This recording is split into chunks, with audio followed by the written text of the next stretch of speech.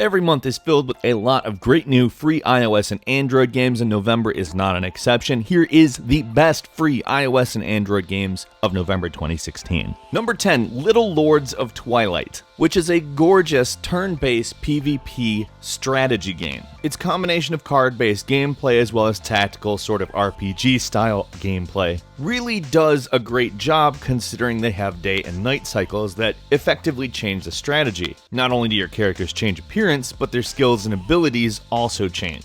It's a really good take on this type of game, and the gameplay matches its presentation, which is phenomenal. Number 9 is The Trail, which is a game that gives you pretty much a completely new type of game. There isn't anything else like this. It incorporates a lot of elements of other things that you've probably seen before: crafting, resource collecting, trading, etc. But it gives a new definition to the term walking simulator. It's not actually that. It's more resource management, town building, and all of those types of things wrapped up into a completely new sort of presentation. And it's gorgeous. Really an interesting title. Number 8 is Hop Swap, which is a really pretty and very interesting themed puzzle platformer.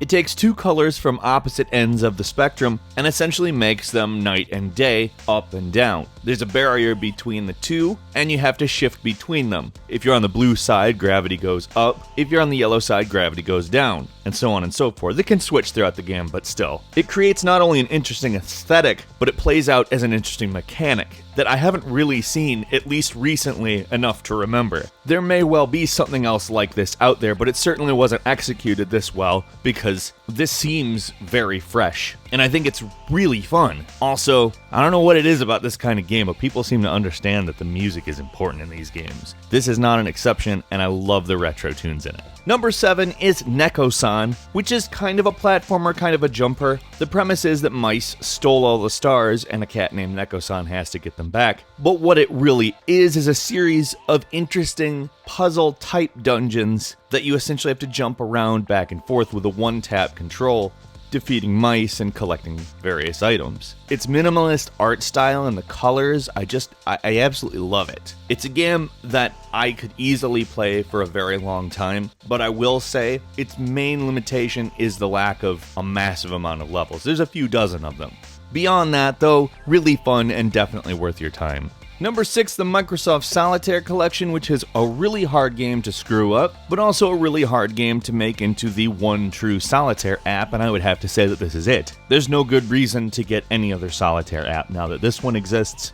It's very clean, it works very well, it absolutely is everything you could expect from a Solitaire experience and even a little bit more, because it offers 5 of the different Solitaire-oriented games from, classic Solitaire, which is also called Klondike, Free Cell, which is my dad's favorite, Spider, Tri-Peaks, and Pyramid as well. There's also daily challenges and Xbox Live support, so if you like Solitaire and you don't have this app on your phone, why? Number 5, Don't Grind, it's a weird one. Essentially, the point is to keep a banana in the air and not ground up by buzzsaws or zapped by lasers or, just otherwise destroyed. It's actually surprisingly pretty. It has a great cartoon style and feels a lot like maybe an Adult Swim modern cartoon. The controls are really easy. You just tap to jump and you swipe to move. It kind of just drops you into it because, there's really nothing to figure out. Collect things that look good and avoid things that could chop you up. It's quite a bit of fun, actually. It does sometimes have bugs, I will say. A lot of people report ad-related bugs, like the ads mess the game up in various ways, but it's also a game that it's okay.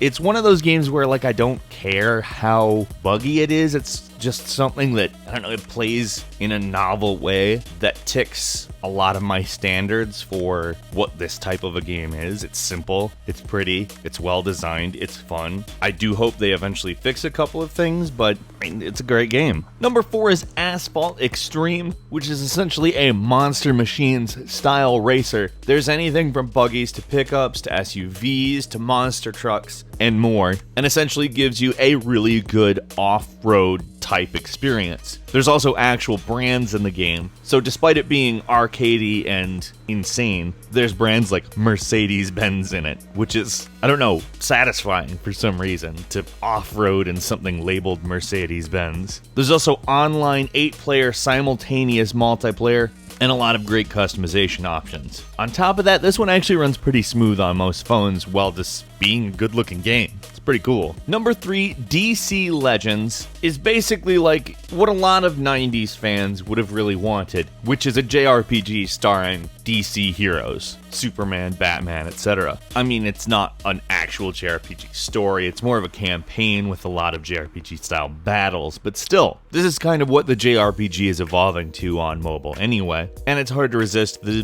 DC characters. This is fun. It's cool to do this type of thing with those characters. And I'm glad that people finally understand that that's something people wanted like nearly 2 decades ago. Number 2 is Galaga Wars, which is essentially the latest iteration of Galaga. There hasn't been a whole lot of Galaga in a long time, and it's one of the, well, I'm gonna go ahead and say best games of all time. I love Galaga. And they've done a great job of moving it into sort of the mobile game generation and actually giving a few gameplay improval aspects to it. It still plays pretty much like you might expect Galaga 2. If you aren't aware of that, it's a ship and it's a lot like Space Invaders. There's just a little more tight, a little more to it. I don't know what it is about Galaga, I just always liked it. This is a damn good version of Galaga, and it's free. There's no argument.